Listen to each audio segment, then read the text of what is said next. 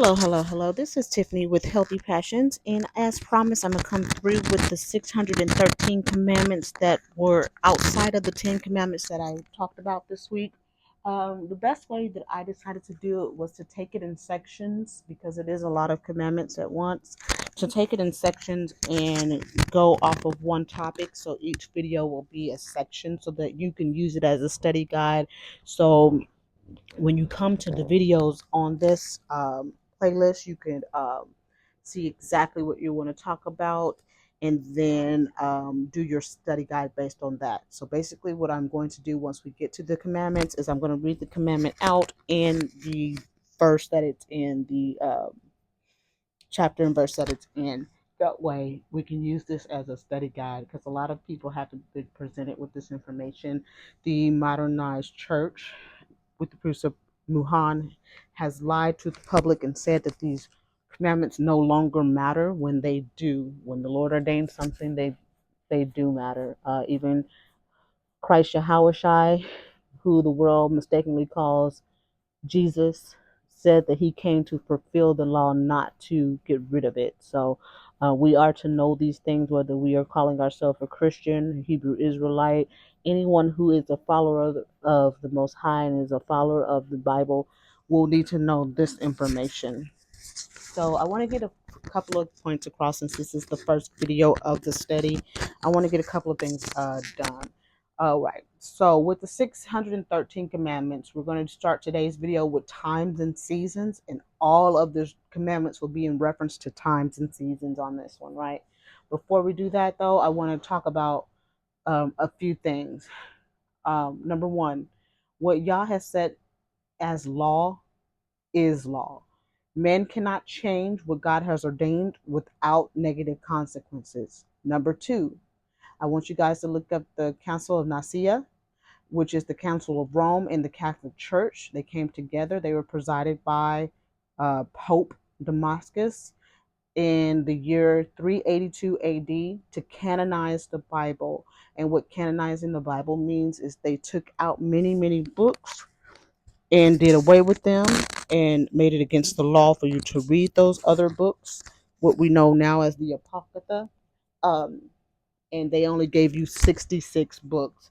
And most of the Bibles that we have today are the canonized version of the Bible. So a lot of it has been taken out. So you don't get the full instruction and you don't get the full story. You don't get the full anything. You would have to also apply the Apocrypha in some other books, right? That they made illegal. All right. Number three, Christians have a disdain. I noticed that Christians have a disdain for Catholics, but the thing about it, it makes no sense for you to have a disdain for Catholics because you use the canonized Bible and the Romanized, um, the Romanized and paganized religion of modern day Christianity.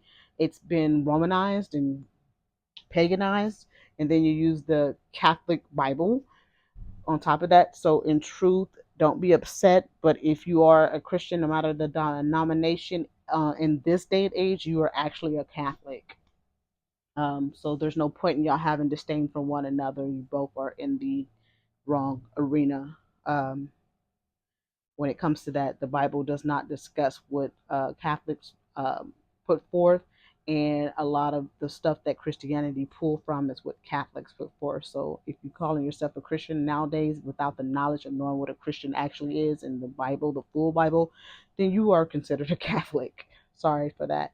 All right, number four, the removal of faith in men. So the whole point of this study is to remove our faith from men and putting the power back to where it belongs, and that's with God.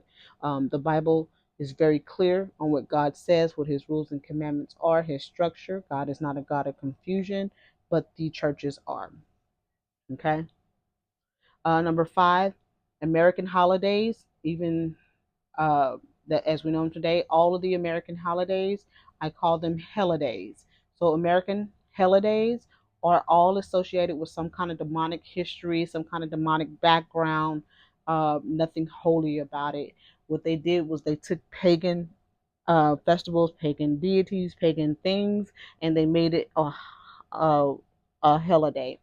And they disrespected the Most High Yah by putting some of these same um, fake holidays on his holy days. So a holy day would be considered a true holiday. So whatever Yah set in place for his holy days or his holidays and his holy festivals, those are the times that we should follow, whether we are Israelite or Christian. Okay, we should follow what the Most High set for, because the enemy always takes something that the Most High has set forth, and he makes a, a different version of it for you to follow. And that is not what we are to do. So all of the holidays are going to be holidays or holy days are going to be what the Most High Yah set forth, and those are very clear in these commandments and in the Bible. And then number 6, we're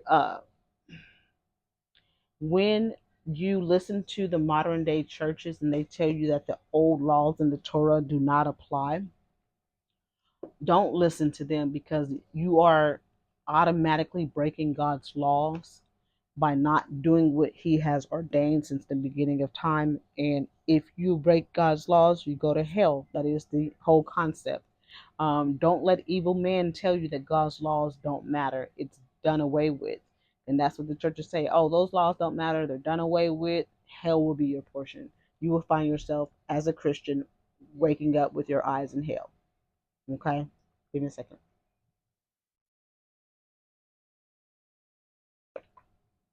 So this is why I feel like it's important that we go through these commandments. I didn't know all of these. I knew most of them. But since I didn't, I thought it would be great to break them down in sections and get the scripture for them. And since I'm doing it for me, I want to do it for y'all. So just bear with me. There's going to be a lot. Each section will have its own video. I'll do as many as I can. This will be my Shabbat study. Shabbat starts here pretty soon. It is about 6 o'clock where I'm at, and the sun is still out. So at sundown is when Shabbat starts on Friday evening until sundown on Saturday evening.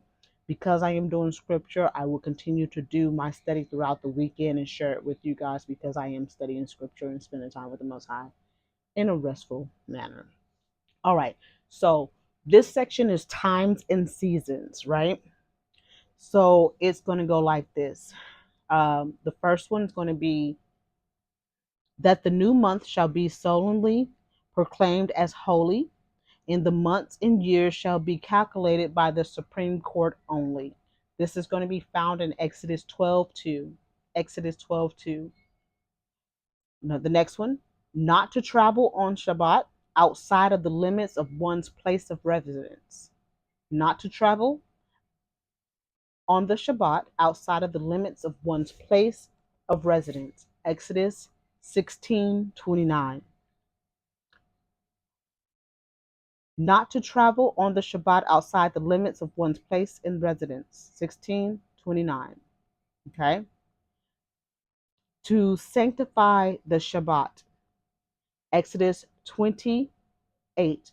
Now, a lot of these may seem like they are repeating. That just lets you know the importance of the scripture, and how far the modern day churches, the churches of Muhan, go to undermine what the Most High has said, because they tell you to go to church on Sunday when the Shabbat is Saturday.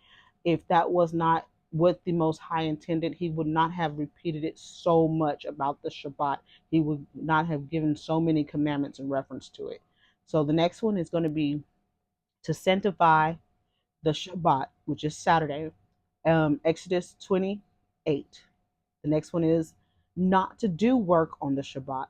Exodus 20:10. To rest on the Shabbat. That is a commandment, not an option. You rest on that day. Okay, so that's going to be in two places, Exodus 23:12 and Exodus 34:21. The next thing is to celebrate the festivals. Those are the holy days that the Most High has, right? So we're going to do the holidays for the Most High. So that is a commandment to celebrate the festivals. Exodus 23:14. To rejoice on the festivals. Be happy about it. Deuteronomy 16:14. To appear in the sanctuary on the festivals. Show your face. Do the work. Deuteronomy 16:16. To remove leaven on the eve of the Passover. So you got leavened bread, right? So you're going to remove the yeast or the leaven from the bread, whatever it does to make it rise. So to remove leaven on the eve of Passover, that's going to be Exodus 12:15. To rest on the first day of the Passover. To rest on the first day of the Passover. Exodus 12:16 in Leviticus 23:7. Exodus 12:16 in Leviticus 23:7. If that wasn't important, it wouldn't be there so many times. Not to do work on the first day of the Passover. Exodus 12:16 in Leviticus 23:8. To rest on the seventh day of the Passover. To rest on the seventh day of the Passover. Exodus 12:16 in Leviticus 23:8. Exodus 12:16, Leviticus 23:8. Not to do work on the seventh day of the Passover. Exodus 12:16, Leviticus 23:8. To eat unleavened bread on the first night of the Passover. Exodus 12:8. Not to eat unleavened bread on the first night of the Passover. Exodus 12:18. I'm sorry, Exodus 12:18. Write these down. You may have to pause the video. I'm going to keep talking fast because I only have a certain amount of time to record, as well as there's a lot of them. So just write the scriptures down first and then go back over with the video, pause it, and then write down the commandment. All right. So the next one is going to be that no leaven be in an Israelite's possession during the Passover. That no leaven be in an Israelite's possession during the Passover. That's going to be Exodus 12:19. Exodus 12:19. Now, if you are a Gentile and not an Israelite, but yet you choose to follow our Bible and to serve our God, these rules apply to you too. That's where it comes in with the Christians. You have to follow these rules as well. All right. You are grafted in, so therefore you must take on the whole thing and not just what you pick and choose. All right. So the next one will be not to eat any food containing leaven on Passover. Not to eat any food concerning leaven on Passover. Exodus 12:28. Not to eat leaven on Passover. Exodus 13:3. See, these are repeating, but they're in different places. The Most High is not playing. Listen to the instruction. That leaven should not be seen in the Israelites' home during the Passover. 13:7. Exodus 13:7. That leaven should not be in the Israelites' home during the Passover. Exodus 13:7. To discuss the departure from Egypt on the first night of the Passover. Exodus 13:8. Exodus 13:8. Now, this happened a long time ago, yes, indeed. However, this is in remembrance of. So we still do these practices, right? We still do these practices, and I believe the reason why he wants us to do these practices is because when the second coming of Christ, it'll be another Exodus. So we need to know the process. We're rehearsing for the next one, basically. So we still need to do these things. All right. The next one is going to be not to eat leavened bread after midday on the 14th day of Nisan. Not to eat leaven after midday on the 14th day of Nisan. Deuteronomy 16. Deuteronomy 16:3. Deuteronomy 16:3. To count 49 days from the time of the cutting of the Omer, which is the first shoots of the barley harvest. So you count 49 days from the first cutting of the barley harvest, and that's going to be in Leviticus 23:15. Leviticus 23:15. To rest on Pentecost. This is another holiday. To rest on Pentecost. Leviticus 23:21. Leviticus chapter 23, verse 21. Not to work on the feast of Pentecost. Leviticus 23:21. To rest on Hashanah, which is in English is going to be the Feast of Trumpets. to rest on the Feast of Trumpets. So that's going to be Leviticus 23:24. Leviticus 23:24. Not to work on the Feast of Trumpets, which is going to be Leviticus 23:25. Leviticus 23:25. To hear the sound of the trumpet, the shofar or the ram's horn is what that's going to be. The trumpet, to hear the sound of it, is a commandment, and it's going to be in Numbers 29:1. Numbers 29:1. To fast on Yom Kippur, the Day of Atonement, which is another holiday. So we are to fast on the Day of Atonement. Leviticus 23:27. Leviticus chapter 23, verse 27. Not to eat or drink on the Day of Atonement. Leviticus 23:29. It's repeated, so that means it is important, and we are to listen and take heed. Not to work on the Day of Atonement. 23, Leviticus 23:31. Leviticus 23:31. We are not to work on that day. We are to rest on the Day of Atonement. That is a commandment, to rest. Some of us are really busybody people, and we like to work and get stuff done. I know, because I'm like that. So when I started observing like the holidays, and when I started observing like Shabbat, I had to force myself to rest. So therefore, it's a commandment, especially for people like us. So we are to rest on the Day of Atonement, and that's going to be Leviticus chapter 23, verse 32. Leviticus 23, verse 22. To rest on the first day of the Feast of Tabernacles, or booths, what some people call booths. So we are to rest on the first day of the Feast of Tabernacles, right? That's going to be Leviticus 23:35. Leviticus 23:35, right? Not to do work on the first day of the Feast of the Tabernacle. So we are not to work on the first day of the Feast of the Tabernacle either. That's going to be Leviticus 23:35. Leviticus 23:35 as well.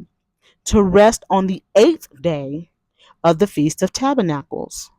To rest on the 8th day of the Feast of Tabernacles. So that's going to be Leviticus 23, verse 36. Leviticus 23, verse 26. Verse 36. So to rest on the 8th day on the Feast of Tabernacles, this Leviticus 23:36. 23:36. Right? The next one is going to be to do not to work on the 8th day of the Feast of Tabernacles. Leviticus 23:36. To take during Sukkot, I can't pronounce it. I'm going to spell it. S as in Sam, Ukkot. Um, so on to take during Sukkot a palm branch and other three plants. So there's a certain branch. So we're going to need to look above and under this chapter to see and get context of what three plants they're talking about. So this verse is going to be found in Leviticus 23:40. Leviticus 23:40, but I recommend that you go up 2 verses, maybe even 3, and down 3 verses to see what the other 3 plants are besides the palm branch. So it looks like it's 4 in total, and we need to know what those are. Right? The last one here is to dwell in booths 7 days during the Sukkot. I can't pronounce that. Sukkot. All right. So we to dwell in the booths 7 days. We have to be there 7 days, right? And then Leviticus 23:42 will give you insight on that. Leviticus 23:42. The good news is most of these are going to be in the same area, but these are commandments addressing the times and seasons, which will be like holidays, festivals, and the Sabbath on Saturday. So these are commandments that we are to do. All right. I have different sections. The next section will probably be um I'm not sure. I have a lot of sections here already. I got to finish typing these out because I'm saving these for my clients that do the chosen one package so they can have it readily available for them. That's what kind of took me so long, because it took me a while to figure out how I can communicate this to you guys in sections so you know exactly what we're talking about, and then you can do your study guide from this list. All right, so you're gonna have to use that pause button because I said it pretty fast. However, I left the chapter and verse, the book, the chapter and verse to each one. So you know I'm not just speaking out the side of my neck. A lot of this is repetitive. So if the Lord repeats something one, two, three, four, five times, and then your church pastor tells you that it is done away with, do not believe him. You will be in hell with him or her, because the Most High is not playing. You need to know these commandments outside of just the Ten Commandments. If it was just that easy, anybody could do it, right? If it was just 10 commandments that we had to adhere to, shoot, anybody can do that. No, there's more to it than that. There's a whole lot more. Those are just a few. We might go into dietary law next. I'm not sure. But once I finish completing and typing this up for myself and for my clients, I will decide what the next one will be, and we'll go from there. Even though it is Shabbat, like I said, this is study. This is scripture study of the commandments. So I am allowed to continue my videos on these. So it's not considered work. However, there won't be like a timed thing, because when the Shabbat comes, I rest. So if I am tired, I won't do a video. If I am not tired, I will do a video. So just bear with me. I might do another one tonight. I might want to do another one in the morning, whatever my body sees fit. But I will enjoy my rest. So I love you guys. You take your time through these. I would say take 1 through 5, like take 5 of them at a time, write them down, study them, get to know them, find other scriptures that go along with it if you like. If you're that deep of a studier like me, like you like to find other places where they're at. I gave you 1 or 2 places for most of them. So it should be fairly simple to go ahead and look these things up. These are commandments that you must adhere to and know, which also means we must learn about the festivals. We must learn about the holidays. And see, that's where I'm at. I have to learn more about the holidays. I want to know how he wants me to proceed during those times. So I need more information on that. So those are the good times. Like when you get to the Passover one, what's all needed for Passover? When I get to the Day of Atonement, like what's needed for that? Things like that. So these are really good in-depth studies that every Christian and every Israelite and every Gentile that is grafted into our religion should know. Okay, because our religion is holiness, not Christianity. It's holiness. You will not find one person in the Bible saying that they are a Christian. You will find them saying that they are holy because the Lord is holy, right? All right. I love you guys. Enjoy this lesson. I know I speak very fast. That's why you're going to have to use that pause button. Slow the video down if you need to, but that's just the way my mind works. It's very sharp. It goes faster than when I can even talk sometimes. That's why you hear me stutter sometimes, because my mind is going a lot faster than what my mouth is doing. And I'm trying to slow down my speech so that you guys can understand, but I'm just going to do the best that I can do. All right. I love you guys. Have a great day. Enjoy this study. This might be enough for the weekend for you, but if it is and you're doing this for the weekend, just know there will be other videos ready for you when you're ready for the next thing. I love you guys. Have a great day. Bye.